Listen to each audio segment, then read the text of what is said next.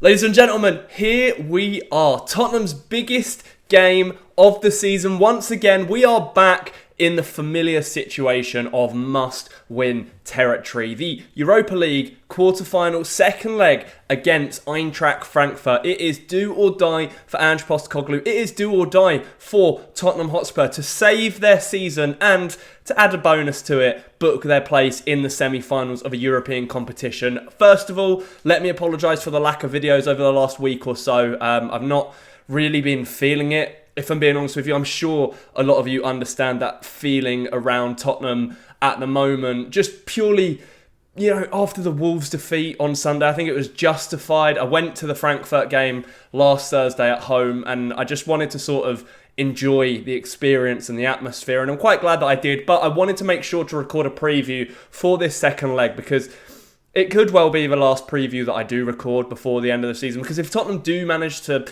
somehow go out of Europe on Thursday evening, then the season's over. There's nothing left to play for in the Premier League. I think we sit 15th in the league.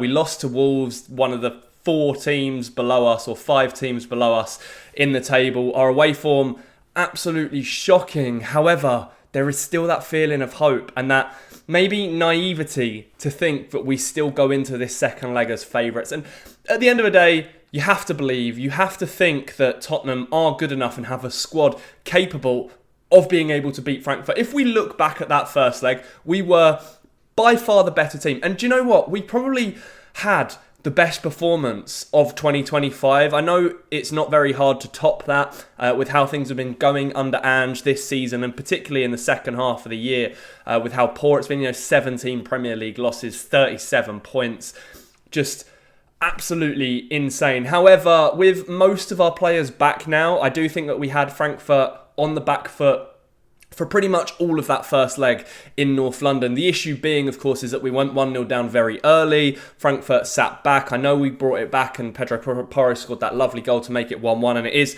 very finely poised going into the return leg in Germany. But that's my issue. I always went into that Frankfurt game thinking we need to take a lead away from home because we struggle in hostile atmospheres, right? And the European atmospheres are significantly more hostile than the ones in England, I would say, particularly away from home. If we can't even manage to get over the pressure and hostility of Molineux against Wolves on Sunday, how are we going to be able to do it against Frankfurt, who have an incredible home crowd? They always put on a show, the fans for the players, and it really motivates them. So there's no doubt that I think Frankfurt will be a lot better in this second game than they were in the first game.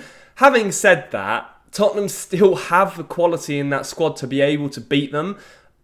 It's very difficult because you're balancing two things, I guess, against each other. The quality of individual players, but the poor form as a team as a whole, and maybe the tactics under Ange. And you guys who watch me regularly know that I've been behind Ange from the very, very beginning, but you've probably seen my support kind of decline for him over the last few weeks and months and slowly wither away just because there's not really any argument left to support him. But at the end of the day, it's the Europa League quarter-final. It's a chance to get to the Final Four and book our place almost in Bilbao and towards that final. 2 more games after this to get to the Europa League final, and everything can change if we manage to win the competition. A place in the Champions League next year.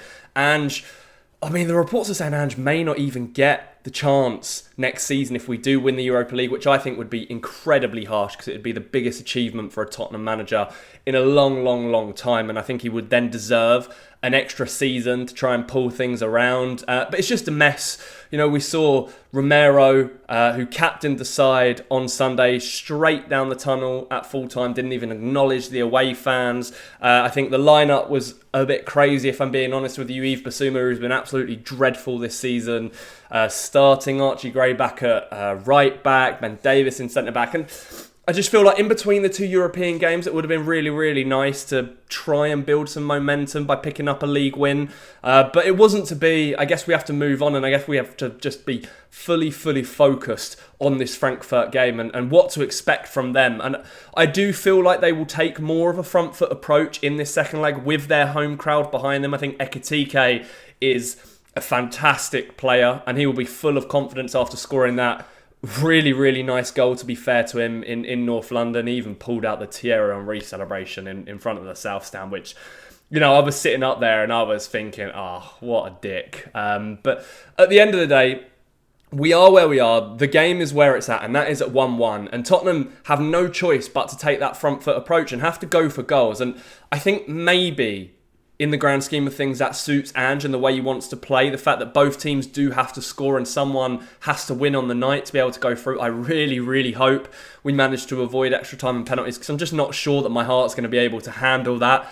But if we do have to go to penalties, then we have to go to penalties, whatever it takes to win. I'm on my last legs here. I'm down on my knees. I'm begging for Tottenham to just put in a good performance for the love of God and just keep something alive, some sort of spark for this last stretch of the season. I've got my Tottenham quarter zip on that I've had for so many years, and I'm still a Tottenham fan at the end of the day. And I have to take the mentality that we can win the game and that we will win the game. I tweeted out not long ago that there isn't really a realistic chance that we can win at Frankfurt, is there? And that was straight after the Wolves game, so maybe that was me tweeting out emotionally, perhaps a little bit.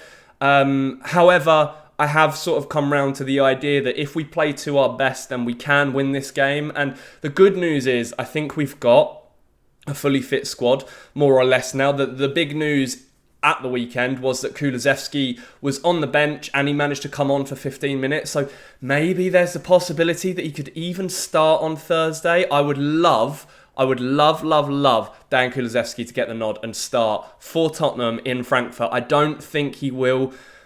I would, just because it's our biggest game of the season, but you know what Ange is like. I think Wilson Odobert has missed the last couple of games as well due to a tight hamstring that he's had checked out by the club staff. But if I'm being honest, I wouldn't change too much in terms of the team that played that first leg. I'd go for Vicario in goal, of course. I'd stick with the same back four of Pedro Porro, Christian Romero, Mickey van der Ven and Destiny Udogie. A very similar midfield as well in Lucas Bergvall, Rodrigo Bentancur and James Maddison playing in more of that advanced role. And then the front three is where I'd maybe change it slightly. Look, we all have our opinions on Heung-min Son and how he's played this season and his form, and perhaps he doesn't deserve to start, but I think ultimately in Tottenham's biggest game of the season, he is going to play, he is going to start, so he will be on the left.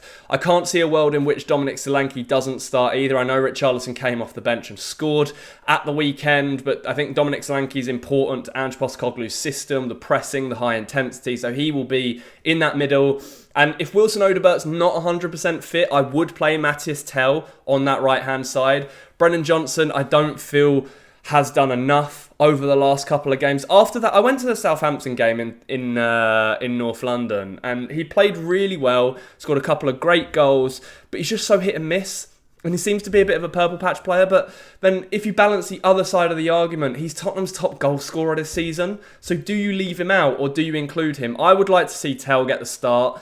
Johnson may well start, but I'm going to keep Tell in there for now. And then we've got a very, very strong bench now. Wilson Odobert, Brennan Johnson, Richarlison, Dejan Kulusevski, Pat Matasar. A strong bench, a strong squad. And on paper, as I've already mentioned, a squad that is good enough to win and advance to the semi-finals. I think Frankfurt, they did what they needed to do in a typical European tie last week. They came to Tottenham, they took the lead, and then they sat back and tried to protect that lead, which I think is sensible. I know, obviously, we managed to get that goal back, but I do think the way the tie is set up does favour them, particularly with how bad Tottenham's home form is. Nonetheless, this is it, isn't it? This is the final chance. And if we manage to get through, Bodo Glimt, I think, are 2-0 up against Lazio in the other semi-final, and we would play the winner of that. And while obviously Bodo Glimt are a very good side, if they can take that sort of lead against Lazio, it is not a team that frightens me. And on paper, of course, we should be huge favourites against them if we were to make the semi-finals. And, you know, that's it, isn't it? If we face Bodo Glimt in the semi-final, you would back Tottenham to book their place in the final. And then it's just one game. So this is such a huge game. There is so much at stake. And we just need the performance of a lifetime. The away fans will be brilliant, as they always are. We just need the players to give everything we need. Ange to get it right tactically with his starting lineup and his substitutions. Because if he doesn't, and if we go out on Thursday, I do think that will be it. And he will be out of the door looking for a new job. But yeah, let me know. What are you guys thinking ahead of this game? Can Tottenham do it? Do you feel confident? Will we win? What are your score predictions?